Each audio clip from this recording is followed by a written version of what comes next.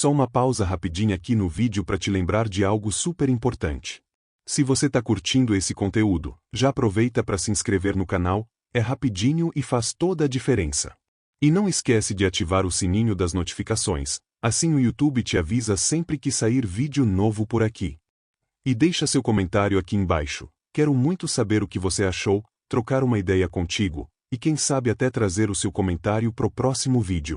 Quando você curte, comenta, compartilha, o YouTube entende que esse conteúdo é bom e começa a mostrar para mais gente. E isso ajuda muito o canal a crescer.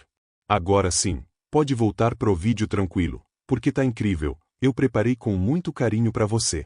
O Velho do Mato e o Ser de Luz. Relato baseado em fatos, ou quase. Meu nome é Heitor, tenho 34 anos e sou cético por natureza. Nunca acreditei em assombração, espírito ou maldição. Sempre achei que o que existe é o que se pode tocar, medir ou provar. Mas o que aconteceu comigo há 2 anos mudou tudo. Tudo começou numa visita à terra onde minha avó nasceu, um povoado encravado no coração da Bahia, onde o tempo parecia ter parado. O lugar se chamava Pedra Escura, uma vila pequena, de ruas de terra batida e casas simples, onde os velhos ainda contavam histórias ao redor do fogão a lenha. Foi lá que eu vi novamente sobre o Velho do Mato, uma figura lendária que, segundo os moradores, vivia há décadas escondido na mata. Um homem que falava com os bichos, curava com folhas e orações, e guardava segredos que ninguém queria descobrir. Minha avó, antes de morrer, vivia repetindo: "Não vá atrás dele, menino. O velho não é só carne e osso, ele carrega o espírito da mata consigo." Mas eu fui. Por teimosia, curiosidade ou talvez por algo que eu mesmo não entendi ainda. O encontro. Era fim de tarde quando entrei no matagal. O sol sumia atrás das árvores e um vento estranho soprava por entre os galhos secos. A cada passo, a mata parecia se fechar mais atrás de mim, como se não quisesse me deixar voltar. Depois de quase 2 horas andando, vi algo se mexendo perto de uma pedra enorme. Era ele. Sentado como uma estátua viva, o velho me observava. Tinha uma barba tão longa que tocava o chão, pele escurecida pelo tempo e olhos que não piscavam. Mas o que me gelou o sangue foi que ele me falou sem mexer os lábios: "Você veio. Mas não sabe por quê." Tentei responder, mas minha voz falhou.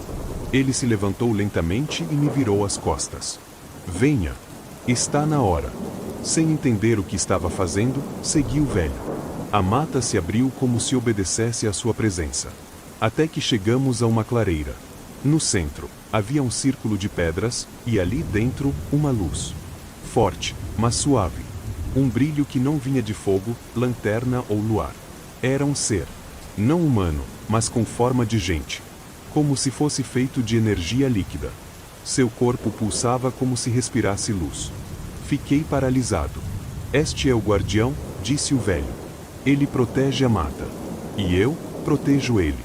Revelações. A entidade me olhou. Mas não com olhos. Me sentiu. E naquele instante, imagens começaram a surgir ao meu redor, como visões. Vi minha infância, minha mãe chorando por minha rebeldia.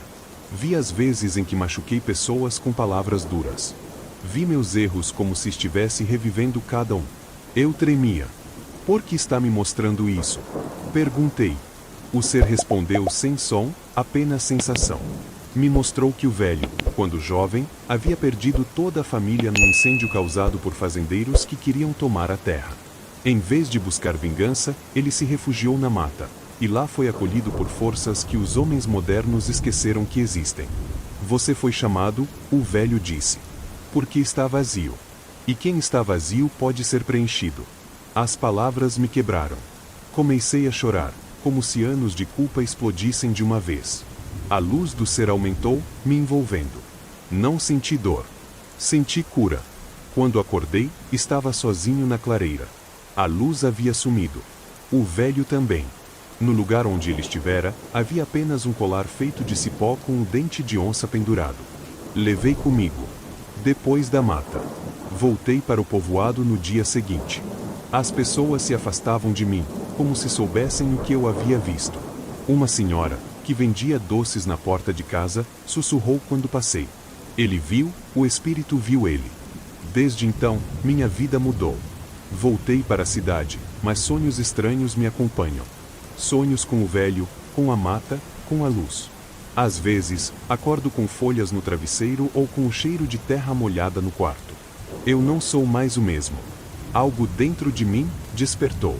E agora entendo por que o velho me disse que eu tinha sido chamado. Porque às vezes, a floresta escolhe. E quando ela escolhe, você não pode recusar. Desde aquele dia, nunca mais fui o mesmo.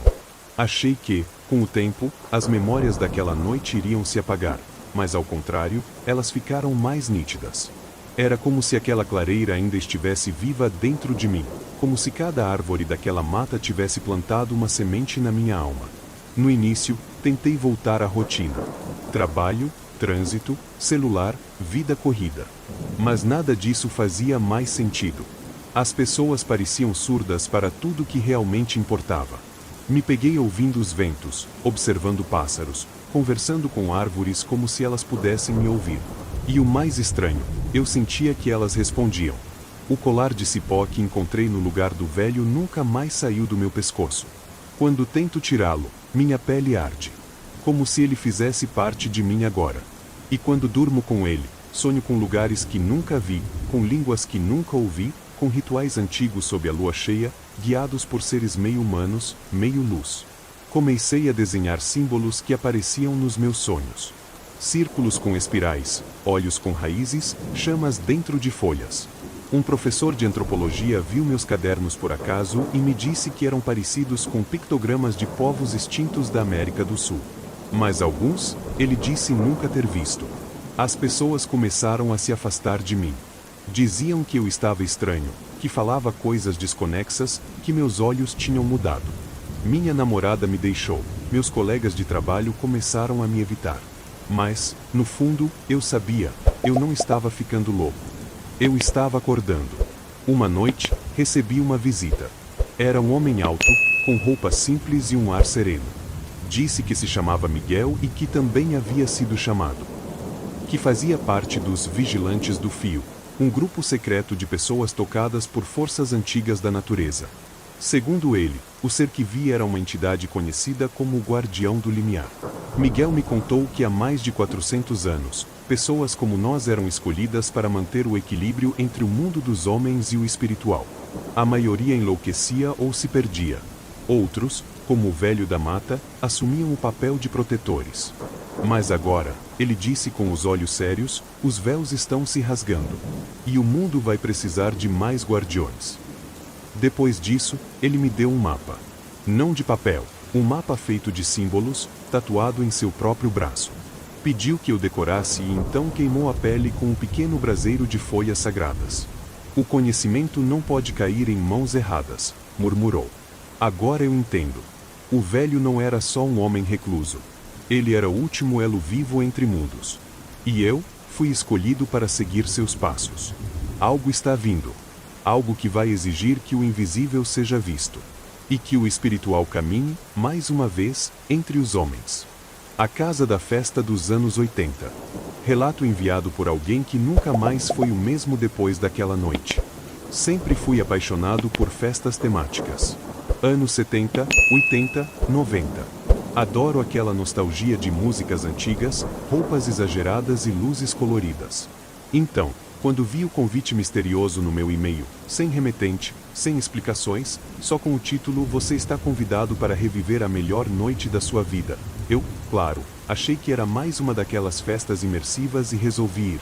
O endereço era numa parte afastada da cidade, onde os prédios antigos pareciam esquecidos pelo tempo. Cheguei lá por volta das 22 horas. A fachada da casa era antiga, com letreiro em neon piscando Boogie Nights, e uma música abafada escapava pelas janelas fechadas. Havia carros antigos estacionados na frente, um Opala, um Chevette, até uma Brasília amarela. Achei tudo aquilo genialmente decorado. Estava empolgado. Ao entrar, fui recebido por um homem com um terno roxo brilhante, cabelo cheio de gel e um sorriso forçado. Ele me entregou uma ficha de bebida, como se fosse um clube de verdade. Tudo estava perfeito demais.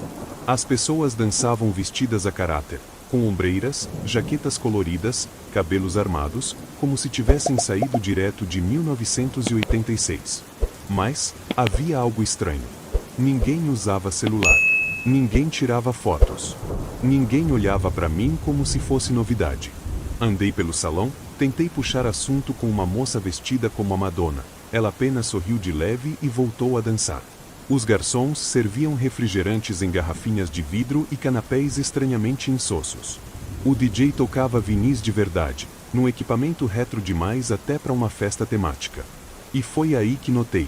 O relógio da parede marcava 23h17. Sempre. Não importava quando eu olhasse. Fui ao banheiro, ao me encarar no espelho, gelei. Minha roupa havia mudado. Eu usava um blazer azul, calça boca de sino e um tênis branco que não eram meus. Meu rosto parecia mais novo. Meus cabelos, mais cheios. Voltei correndo para o salão e percebi o pior. As pessoas que dançavam ali não estavam se divertindo. Estavam presas. Notei o pânico em seus olhos por trás dos sorrisos congelados. Era como se todos estivessem atuando, cumprindo uma rotina infinita. Um looping. Vi um homem chorando, enquanto sorria para uma mulher. Ela segurava sua mão e dizia, é a nossa música. Vamos dançar, só mais uma vez. Tentei sair. As portas estavam trancadas. A música aumentava. O DJ me encarou e falou, sem mover os lábios. Você aceitou o convite. A festa só termina quando todos dançarem, para sempre. Corri pelos corredores até encontrar uma escada estreita, escondida atrás de uma cortina. Subi até o sótão, e lá encontrei um velho rádio tocando sozinho, uma fita com etiqueta escrita à mão, última gravação, 1987. Ao lado, uma parede coberta de recortes de jornal com os rostos de desaparecidos, dezenas deles. Todos tinham uma coisa em comum, foram vistos pela última vez numa festa temática anos 80. Sem pensar, peguei a fita, quebrei o rádio e gritei. Um grito que pareceu rasgar o tempo. A música parou. As luzes piscaram. E, de repente, silêncio. Tudo apagou. Acordei no meio de um terreno baldio. Meu rosto estava coberto de poeira, e meus cabelos, com laque seco e fedendo a mofo. A casa não existia mais. Só ruínas. Como se estivesse abandonada há décadas. Mas o pior veio depois. Todos os dias, às 23h17, ouço um trecho daquela música no fundo da minha mente. A mesma música que tocava quando entrei naquela casa maldita. E toda vez que fecho os olhos, eu danço. Danço com eles. Com os que nunca saíram. E você? Vai aceitar o convite também? Depois daquela noite, tentei seguir minha vida. Mas a sensação de que a festa ainda me observava nunca passou. As músicas dos anos 80, que eu tanto amava, passaram a me causar enjoo. Um simples acorde de Take On me fazia ter vertigens. Cheguei a desmaiar no supermercado, quando tocaram o Sweet Dreams nos alto-falantes. Fui a um psiquiatra. Contei tudo, esperando ser diagnosticado com algum transtorno de estresse pós-traumático. Ele ouviu em silêncio, depois cruzou os braços e disse algo que me gelou por completo. Você é o terceiro esse mês a me contar sobre essa festa. A diferença é, só você voltou. Voltei para casa e mergulhei em pesquisas. Passei noites sem dormir, lendo blogs obscuros, fóruns escondidos da Deep Web e arquivos digitalizados de jornais da década de 80. Encontrei mais de 12 casos semelhantes, jovens sumidos após festas misteriosas, sempre com temas retro. Os corpos nunca foram encontrados. Em alguns casos, os convites surgiram em sonhos. No fundo, eu sabia que aquilo não era um simples fenômeno paranormal. Era um ritual, um tipo de armadilha dimensional. A casa não existia no nosso tempo. Ela flutuava entre décadas, alimentando-se da juventude, da euforia e da nostalgia. E aqueles que dançavam nela eram como velas acesas ao vento, viviam só até a próxima batida da música. Foi aí que fiz a pior escolha da minha vida, tentei voltar. Com a ajuda de um contato do Fórum Entre Mundos, recebi instruções para acessar novamente o evento. Tinha que repetir exatamente o que fiz da primeira vez, aceitar o convite. O problema era que eu não recebi outro convite. Até que, numa noite de sexta-feira, às 23h17, chegou um e-mail. Sem título. Sem texto. Só um anexo de áudio chamado setlistlisfinal.mp3. Quando dei play, Era a mesma música da festa, distorcida, como se tocada ao contrário. Fechei os olhos. Quando abri novamente, eu estava lá. Mas algo estava diferente. O salão estava escuro. As pessoas não dançavam. Estavam paradas, me encarando. Os olhos vazios. As roupas em frangalhos, como se já tivessem apodrecido. No centro da pista, a mesma moça de vestido preto, a que parecia a Madonna. Mas agora, seu rosto estava pálido, os olhos completamente brancos. Ela estendeu a mão e disse: "Você voltou. Então agora, rebobinamos." O DJ apertou um botão. O tempo voltou. Literalmente. Eu vi tudo girando ao contrário. As luzes, as danças, até as falas das pessoas voltando para suas bocas como se o mundo estivesse sendo desfeito. Quando tudo parou, eu estava no início da festa, mas desta vez, como parte dela. Eu não era mais um convidado. Era um dançarino. E, por mais que meu corpo gritasse por socorro, eu sorria, dançava, brindava, como se estivesse sendo manipulado por cordas invisíveis. Cada vez que tentava sair do salão, meu corpo simplesmente reiniciava, voltando para o centro da pista. Como um disco riscado. O tempo passou. 1 mês, talvez 2. Ou nenhum. Não sei. O tempo ali não funciona como aqui fora. Até que um novo convidado chegou. Vi o espanto nos olhos dele. A mesma expressão que eu tive na primeira vez. Quando ele me olhou, tentei gritar. Mas tudo o que consegui foi estender a mão, sorrir e dizer. O novo convidado parecia diferente. Enquanto os outros seguiam a dança hipnótica, ele observava tudo em silêncio, os olhos arregalados, como se já soubesse que algo estava errado. Seus passos eram hesitantes. Ele não bebia, não sorria. Parecia procurar uma saída. Foi quando me encarou novamente. E algo mudou dentro de mim. Por um breve instante, senti o controle da festa enfraquecer. Consegui piscar com força, como se gritasse com os olhos: "Fuja!" E ele entendeu. Corri.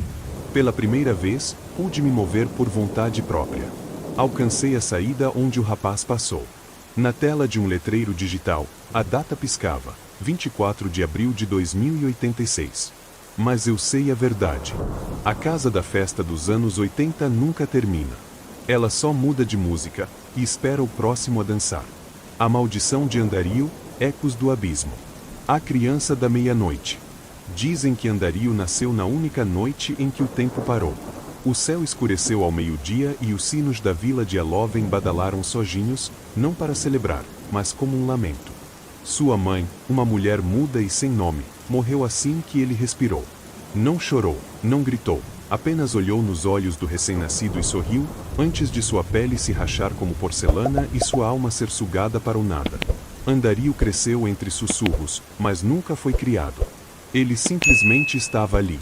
Às vezes sumia por dias, reaparecendo com marcas negras nos braços, desenhos que pareciam se mover quando ninguém olhava diretamente. Os animais o evitavam. As crianças choravam em sua presença. As velas se apagavam ao seu redor sem vento algum. Houve uma noite em que ele dormiu no centro da vila, e ninguém sonhou naquela noite. Os sonhos foram devorados. O velho Elcar e a Torre dos Cegos. Quando Andario foi expulso da vila, ninguém protestou. Nem ele. Apenas caminhou, nu, com os pés descalços e os olhos arregalados, em direção à floresta sem fim que cercava Aloven. Uma floresta que, segundo os mapas, não existia. Foi ali que encontrou a Torre dos Cegos, feita de pedra negra e ossos petrificados, onde morava Elcar, o último monge do voto silencioso. Elcar não via, mas via mais do que todos. Arrancar os próprios olhos com uma colher de prata após enxergar o outro lado. Um plano de realidade invertida onde o tempo sangra, os rostos gritam do chão e o céu tem dentes. Ele acolheu Andario não como um pai, mas como um presságio. Durante anos, o treinou. Não com espadas, mas com palavras proibidas. Com encantamentos de proteção feitos em línguas mortas. Com rituais silenciosos em volta de poços que sussurravam desejos sombrios. A cada ano, a sombra de Andario se tornava mais viva. Ela se movia sozinha. Às vezes, sorria quando ele não sorria. O rasgo no véu. Na 13ª lua sangrenta, o véu entre os mundos se rasgou. Não foi súbito. Primeiro, os espelhos começaram a mostrar reflexos atrasados. Depois, os corvos começaram a cair do céu com os olhos virados para dentro. Por fim, o céu se partiu como vidro, revelando uma vastidão de trevas líquidas, pulsantes, cheias de olhos piscando sem piscar. Os sussurrantes desceram. Eles não andavam, flutuavam como fumaça com dentes. Suas vozes não tinham som, apenas intenção. Quando falavam, sua mente era invadida por memórias que nunca foram suas, mas que pareciam reais demais. Alguns enlouqueceram. Outros morreram de dentro para fora, como se tivessem sido esvaziados. Os reis se esconderam. Os deuses calaram. Mas Andariel ouviu o chamado. A jornada para o coração da escuridão. Com uma capa feita da sombra de sua mãe, agora consciente e protetora, Andariel seguiu rumo ao abismo interior, o epicentro do rasgo dimensional. Ele atravessou lugares que desafiam a lógica, a caverna invertida, onde tudo acontece de trás para frente, a ponte das infinitas vozes, onde cada passo que você dá, você ouve alguém que ama morrer de novo. Pelo caminho, encontrou 3 companheiros amaldiçoados. Nheira, a bruxa cega que enxergava através dos corvos mortos. Ferali, o guerreiro de pedra que só sentia dor quando lembrava quem era. Sak, o dragão invisível ao olho nu, mas visível em espelhos partidos. Eles não confiavam uns nos outros, mas o mal que enfrentavam era maior do que a mágoa entre si. Noctur, o primeiro sussurrante. No fim do mundo, encontraram Noctur. Ele não possuía forma, mas tomava uma, feita de rostos colados, bocas chorando cinzas e braços que se estendiam do chão. Sua presença era um veneno. O ar tremia. As vozes da mente gritavam para fugir, mas o corpo não obedecia. Andariel se aproximou. Seu rosto estava desfigurado pela escuridão que aceitara em si. Sua alma já não lhe pertencia totalmente. Ele caminhava entre o real e o inexistente. E ao confrontar Noctur, não lutou, ele escutou. O segredo foi revelado. Andariel não era o guardião do véu. Ele era o véu. Criado como uma âncora para manter o outro lado contido, sua própria existência era a prisão. Mas o tempo enfraquecera o selo. O mundo rejeitou, e com isso, o mundo quebrou. Para selar novamente o véu, Andariel teve que desaparecer. Não morrer. Esquecer-se de si mesmo. E foi isso que fez. A lenda que vive. Hoje, Andariel não é lembrado. Mas ainda é sentido. Às vezes, quando você sonha com alguém que nunca conheceu, mas que parece familiar, é Andariel. Quando uma sombra se mexe sem razão, é ele. E quando ouvir uma voz sussurrar seu nome quando estiver sozinho, nunca responda. Porque, se ele lembrar quem é, o véu se rompe de novo.